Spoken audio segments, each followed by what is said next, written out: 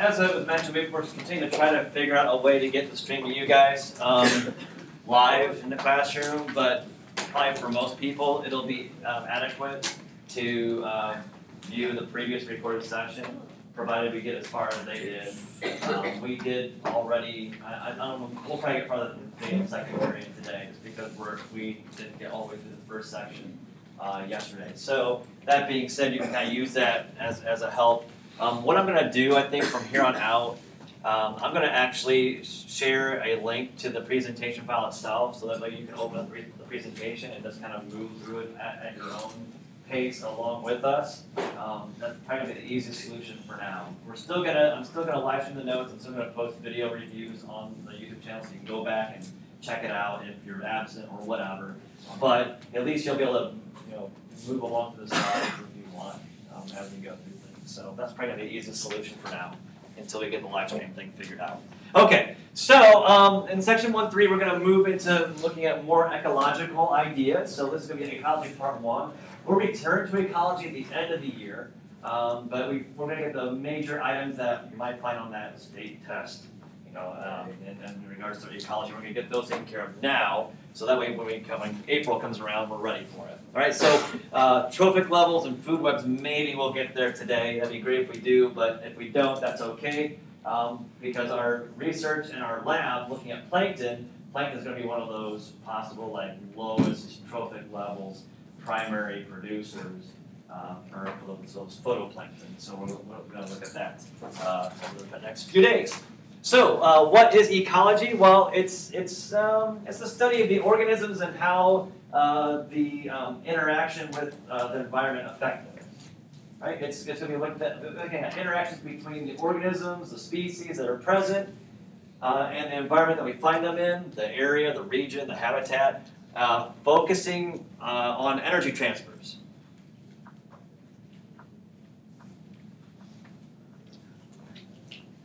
And so ecology really is a science of relationships, right? Just in time for homecoming. The science of relationships. So maybe you'll find this useful. Maybe not. Maybe not. Maybe you'll go extinct. I don't know. It's pretty good.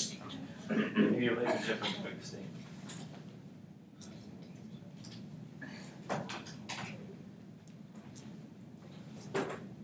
All right, and again, I tried to also, when I re-authored the presentation, I tried to make it so that the text is a little bit larger so people in the back can see a little bit easier. I tried not to put so much stuff on the same slide.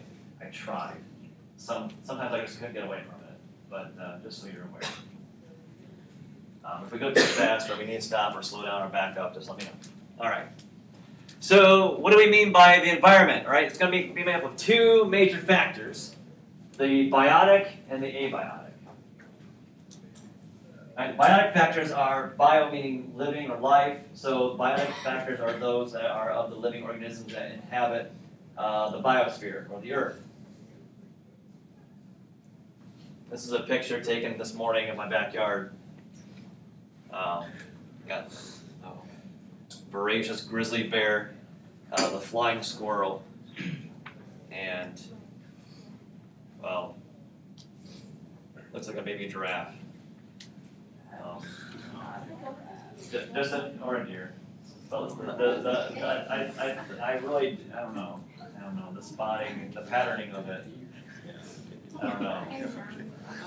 But that's my backyard, I mean, so I take a picture. I'm like, wow, that's interesting. That'd be perfect for this presentation today. Quite the ecosystem. Those squirrels are huge. Jeez. Fly your head off, man. All right, so abiotic factors as well. So the non-living, A meaning antibiotic. So the non-living characteristics of that environment, right, of the area, of the region. So temperature, soil type, humidity, rainfall, all those things that we would that would not exhibit living characteristics would fall underneath the abiotic component of the environment. And I think that's what most people think about when you talk about the environment. The layman would think, oh, well, it's all these abiotic features, right? The environment is a land style or type, the soil type that you have around you, the topography of the land, weather and climate, that would all be part of the environment. Well, from an ecological standpoint, it includes both the living organisms as well as the non-living for the environment.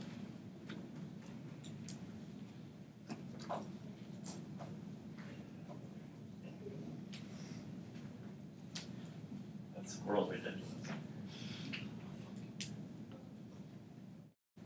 Also use him later on. All right, so since we're looking at the relationships that build in the environment and the organisms that are contained within, we can kind of set this up in a hierarchy, right? We can set this up as like the biosphere containing ecosystems, containing communities, containing populations, containing organisms.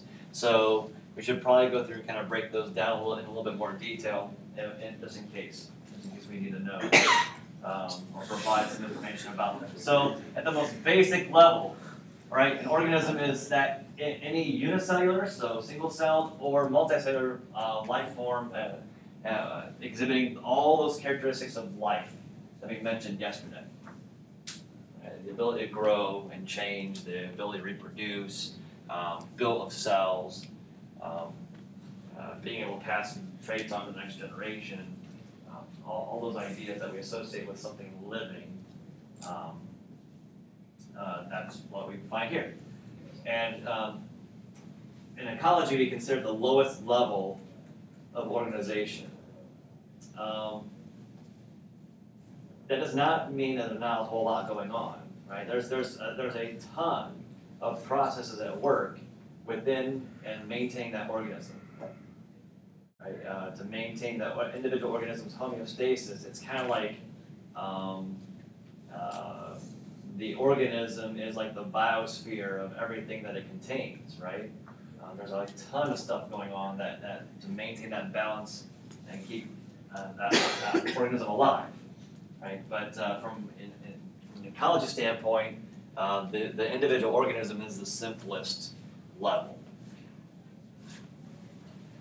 All right, so populations that are going to be groups of these organisms, right? Groups of one species living in the same place or same area or region, and they also like interbreed. They're also like part of I guess a genetic community, right? And they produce fertile offspring, right? In order to be classified as a population and be of the same species, they should be able to produce fertile offspring to continue on that lineage. And also, they're going to compete with each other for resources. Right? If they're all the same species, then they like all the same stuff. And they have all the same requirements. So, yeah, they're going to be competing with one another. Some populations, the resources are shared as evenly as possible. Right? In other populations, it might be more competitive. The alpha male or female of the herd of the pack or whatever will get first claims or first dibs to whatever, maybe if it's a predator relationship, predator community or population, sorry,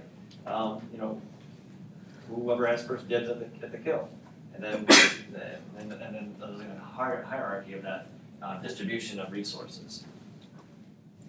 But not just food, but also mating opportunities and even shelter from in the environment in which they live.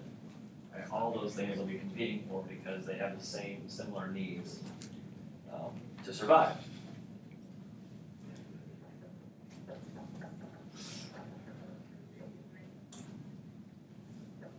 Yeah. Okay, thanks. All right, so a community then is going to be several interacting populations, and so I tried to find something that worked graphically for this, and this is what I found. We'll talk about food webs later on, but the concept is the same. A food web really is kind of an interconnected set of populations, right, that are kind of interdependent upon one another, right, in order for the whole system to kind of work. right? So you might have the insects that feed on like mosquitoes feed on the blood of different animals, and then you have birds that then prey on the insects, including the mosquitoes, and then you might have other higher level consumers that prey on the birds. So they all interconnect to form this community of populations that serve each other's needs.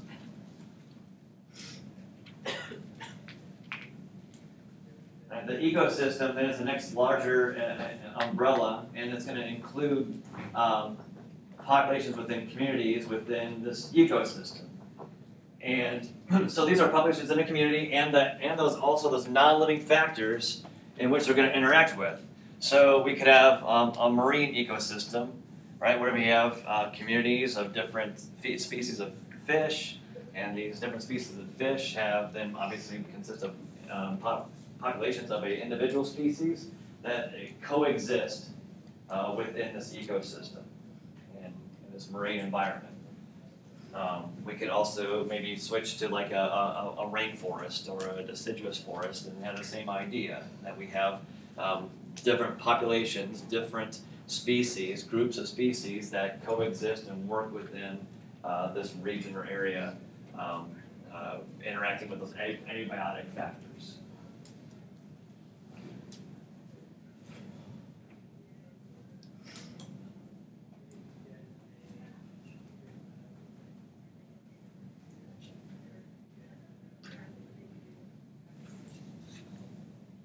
And then ultimately, if we zoom out even more, we're talking about the biosphere, which is like our planet.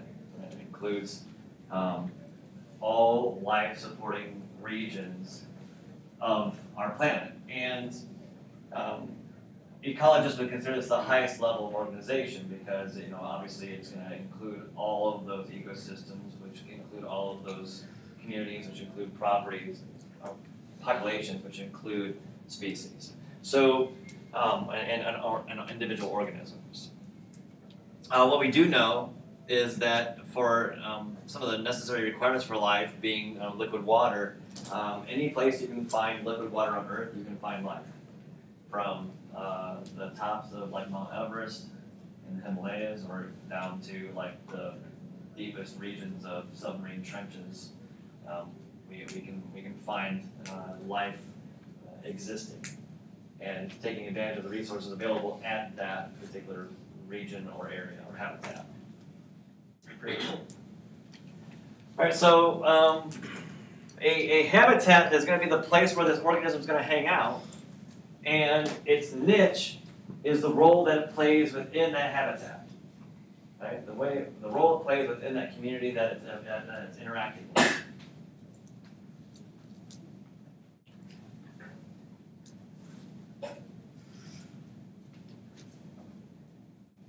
In a given habitat, there's going to be a selected number of resources that are available to consume, and these resources could be, from abiotic sources as well as other organisms that might be preyed upon.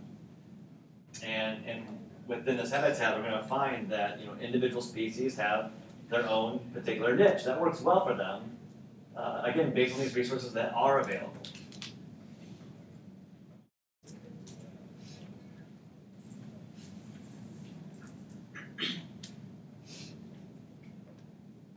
So this niche that an organism is going to fall into, this role that's going to play in its community, right, is based upon its tolerance limitations, like what it can actually do based upon its design, form, and function. So a limiting factor is anything living or non-living, an abiotic or biotic factor, right, that's going to restrict the ability of that organism to survive.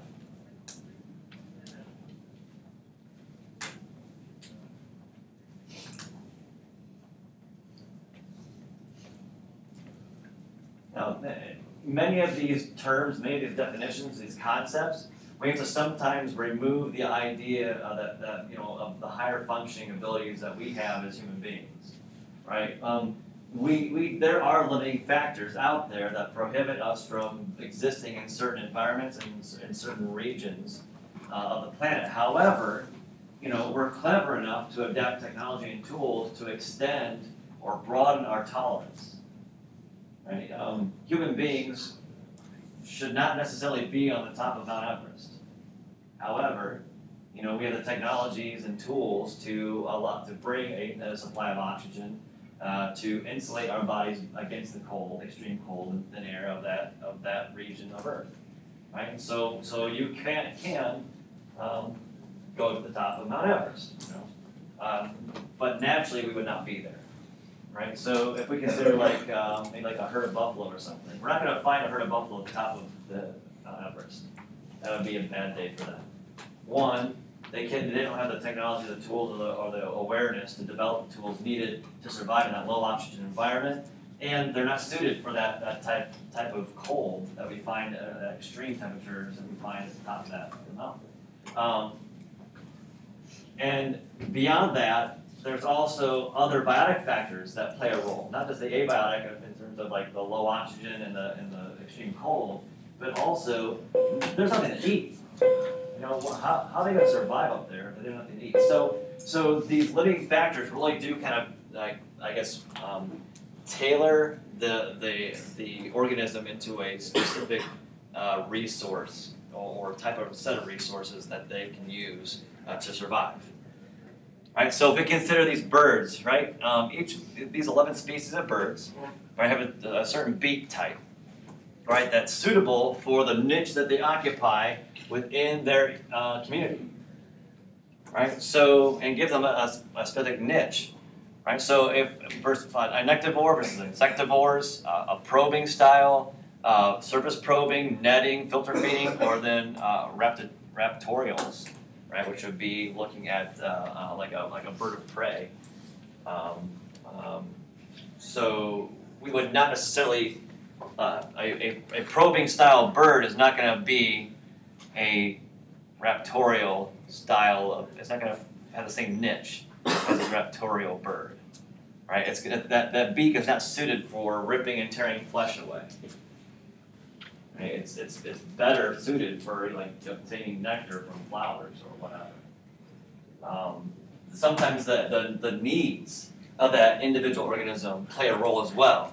The hummingbird would not be well suited as a raptorial style of species of bird because its energy needs are immediate.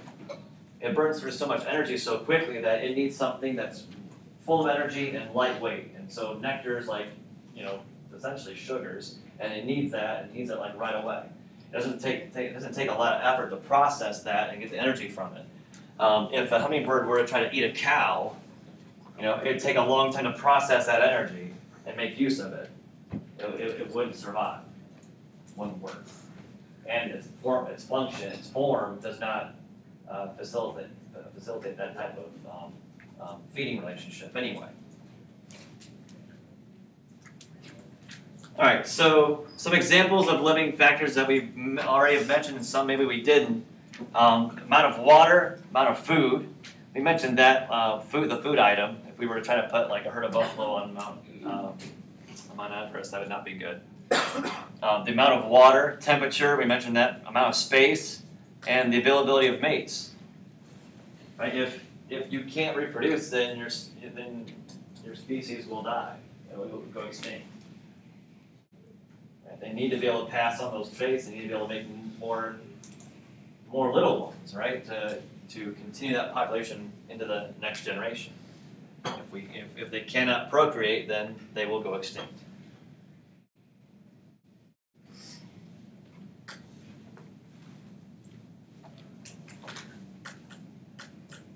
Right, so amount of water, food, temp, space, and then if they can find a mate or not.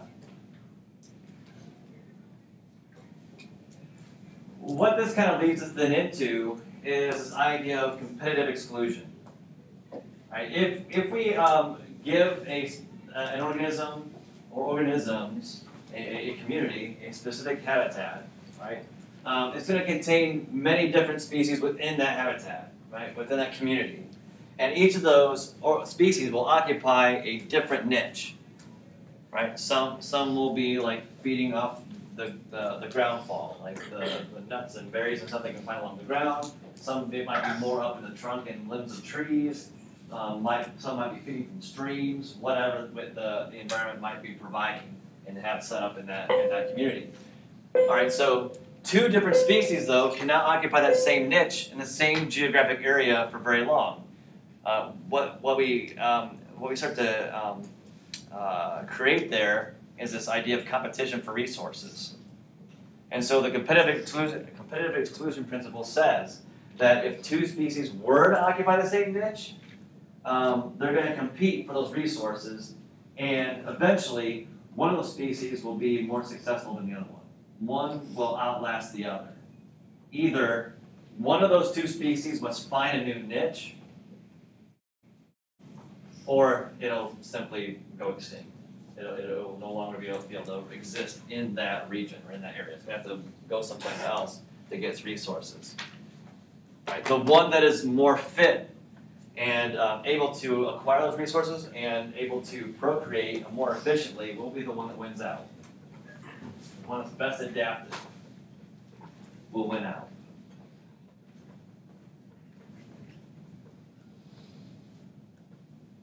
Again, you have to remove the human qualities from our species, right, to I think, truly understand or appreciate. So you have to think about wildflowers on the hill, out in the prairie or something, or out in a field or in our yards or something, right? Or a bunch of squirrels or something out in the woods. You have to consider that idea for competitive exclusion, right? As humans, we can kind of adapt to whatever resources are available to us. Plus, we have a wide variety of resources available to us to sustain us. So we're not necessarily we're all needing food and water and whatever else, but we're able to produce plenty of it. So there's not like a necessarily huge competition for just eating or whatever. All right, so it sets up feeding relationships really, and there's three main types. You have producer and consumer feeding relationships, you have predator and prey, and then you have parasite and host.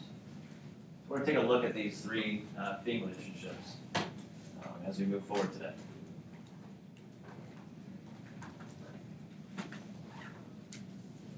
Producer, consumer, predator, prey, and then parasite, host.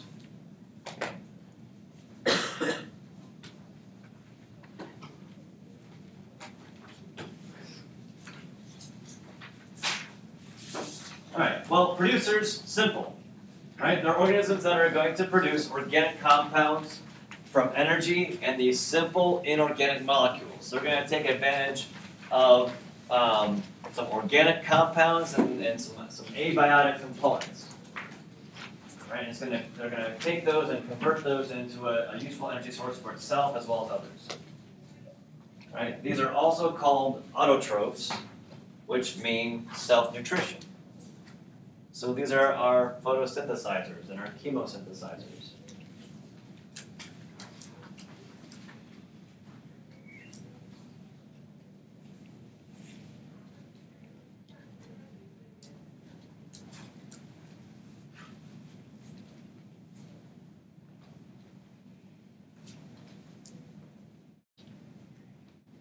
We talk about like trophic levels in ecology, and these trophic levels are really kind of looking at energy available, free energy available each consecutive level in a food web or chain.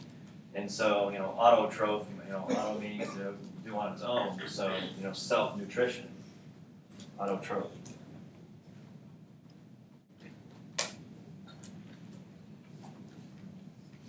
All right, so our photoautotrophs are going to be those that use energy from sunlight or some kind of incoming EM radiation source, right, to make food by photosynthesis.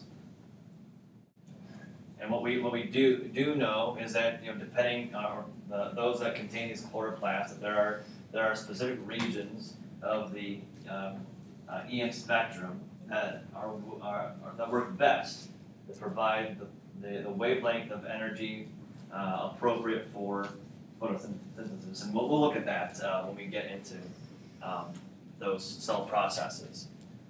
Right? So photoautotrophs will go through photosynthesis, and that's a process by which we'll acquire and use carbon dioxide and water, as well as sunlight, to convert that into glucose and oxygen. Oxygen being the waste product of the process, right? The gas that's exhausted after the process happens. We should be aware, and make a note here, maybe even just a mental note, that glucose is a carbohydrate. We'll look at the different macromolecules that are important to biology on the basic level here when we move forward again with cell processes. But we should just make a mental note here that this glucose is that organic compound, an organic macromolecule that can be used by autotrophs as well as other organisms for energy.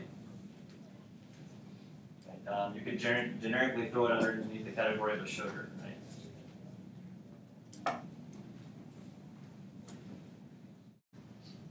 right?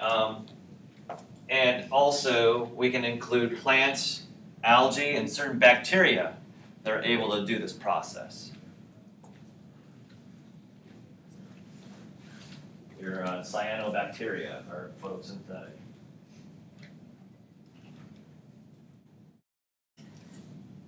So this class I mentioned about superpowers? No? Every now and then I have this conversation with my friends about what would be the coolest superpower to have, or a mutation to be able to have. And I'm torn between either being able to photosynthesize or create my own water. Like to build water from hydrogen and oxygen in the atmosphere, right? Because I would either never be thirsty or never be hungry. One of the two. I mean, think, if you could photosynthesize, that'd be awesome. Like if you need a snack, just put your head out the window, to get some direct sunlight. Even the indirect sunlight would work. So, you'd never have that like post, I don't know, if you have lunch fourth period, 7th, 8th hunger pains, you wouldn't have that, I don't know. It'd be awesome. It'd be awesome. All right, so plants obviously are going to be like the most important photoautotrophs that we're aware of, that we know, right? In land-based or terrestrial ecosystems. So land-based ecosystems, plants are like it when it comes to photosynthesis or photoautotrophs and being those producers. Obviously, this includes like trees, grasses, mosses, ferns. If it looks kind of green or grows like a plant, it's probably a photosynthesis, right? And all these plants are eukaryotes.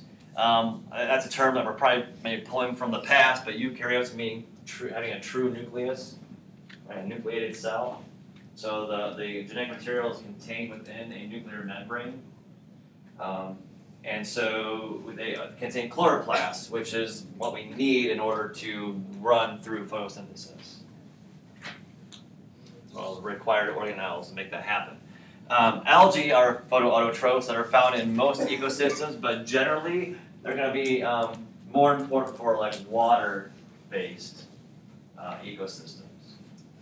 So your aquatic and marine, your freshwater and marine ecosystems, algae will definitely play a huge role in generating oxygen from CO2 and making that glucose from photosynthesis.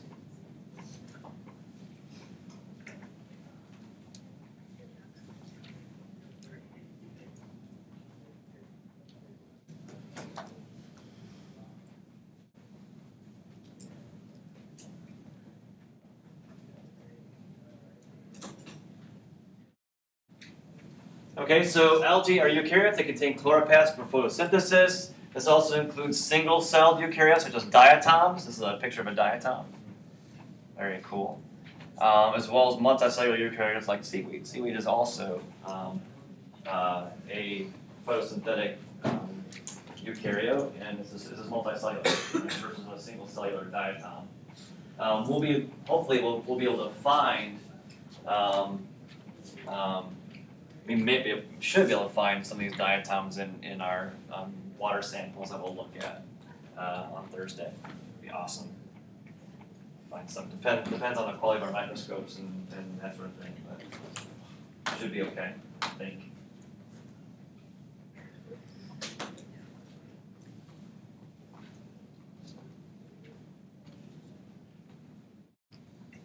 Well, I'll save that for later. There's kind of a cool thing that they've been proposing to do with algae and ocean waters, and trying to boost the carbon dioxide being used and the oxygen being produced to try to help with global gases, greenhouse gases. But we'll talk about that at a different time. So chemoautotrophs. All right. So not every place on Earth do you have sunlight, right? In caverns, obviously deep within caverns, or even like once you get so deep in underwater, the sunlight can no longer penetrate to deeper and deeper depths, right? Due to the wavelengths being absorbed by more and more thicker and thicker layers of water above you. So there are producers called chemoautotrophs that use the energy stored in chemical compounds, right? And they can use these then to make organic molecules to provide energy. Sure.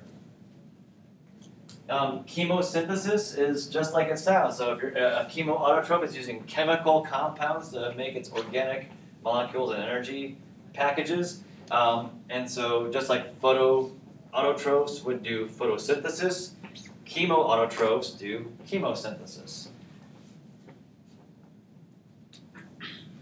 So chemosynthesis is that process by which carbon dioxide and water will get converted into useful carbohydrates.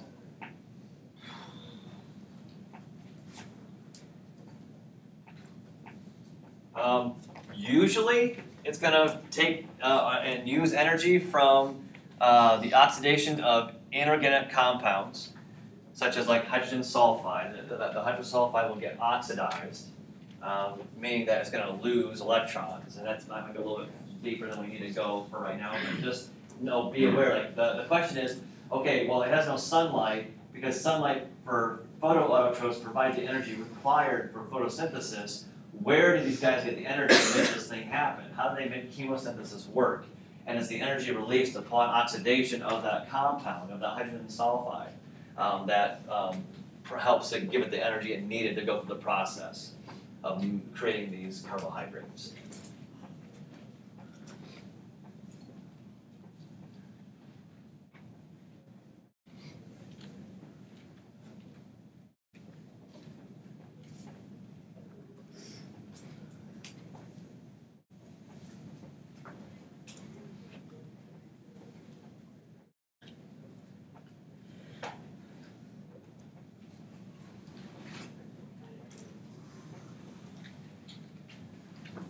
All right, so chemoautotrophs can include bacteria that are called nitrifying bacteria, and this nitrifying bacteria can also be found underground in the soil.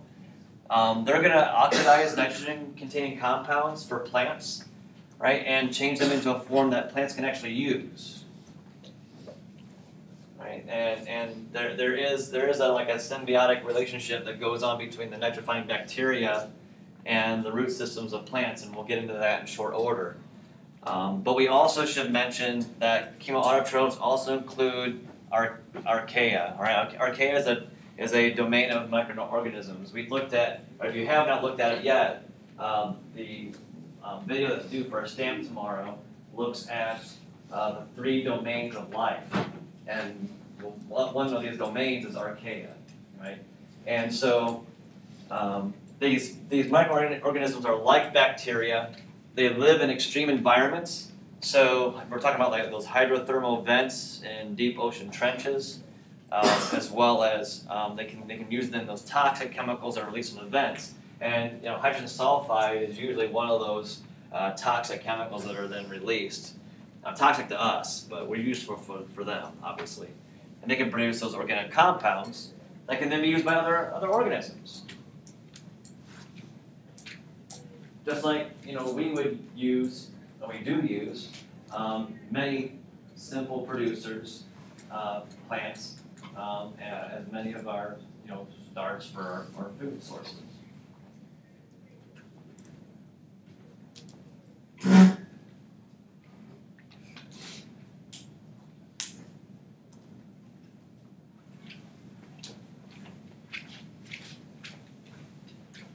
Oh, okay, we're almost there.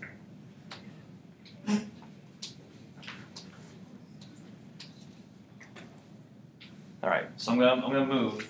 So can I move now? Good.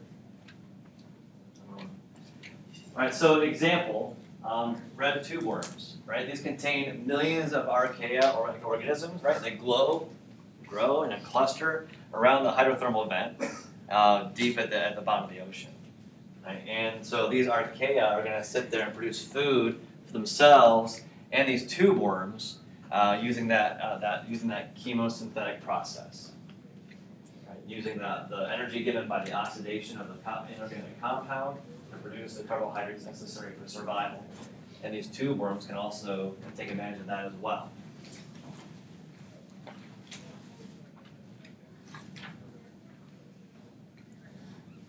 All right, so this is where I think we'll stop for the day is right here at feeding relationships, okay? Because it will work well to stop here for our lead-in to our research and lab the rest of the week. All right, so again, if you missed anything along the way, you can always review the stream or the video that's saved online. Do not forget tomorrow that